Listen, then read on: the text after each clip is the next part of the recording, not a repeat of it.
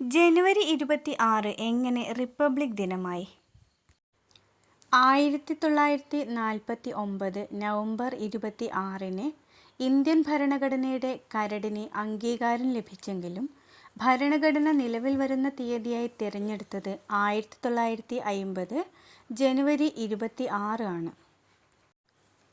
Indian സ്വാതന്ത്ര്യ സമരത്തിലെ ഏറ്റവും തിളക്കമുള്ള ഒരു സംഭവത്തിൻ്റെ സ്മരണാർത്ഥമായാണ് ജനുവരി 26-നെ റിപ്പബ്ലിക് ദിനമായി തിരഞ്ഞെടുത്തത്.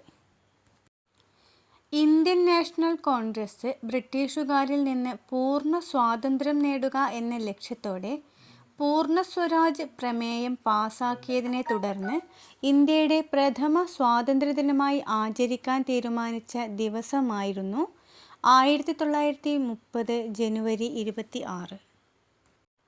ഇന്ത്യൻ ഭരണഘടന നിലവിൽ വന്ന 1950 ജനുവരി 26 ആയിരുന്നു പ്രഥമ റിപ്പബ്ലിക് ദിനം.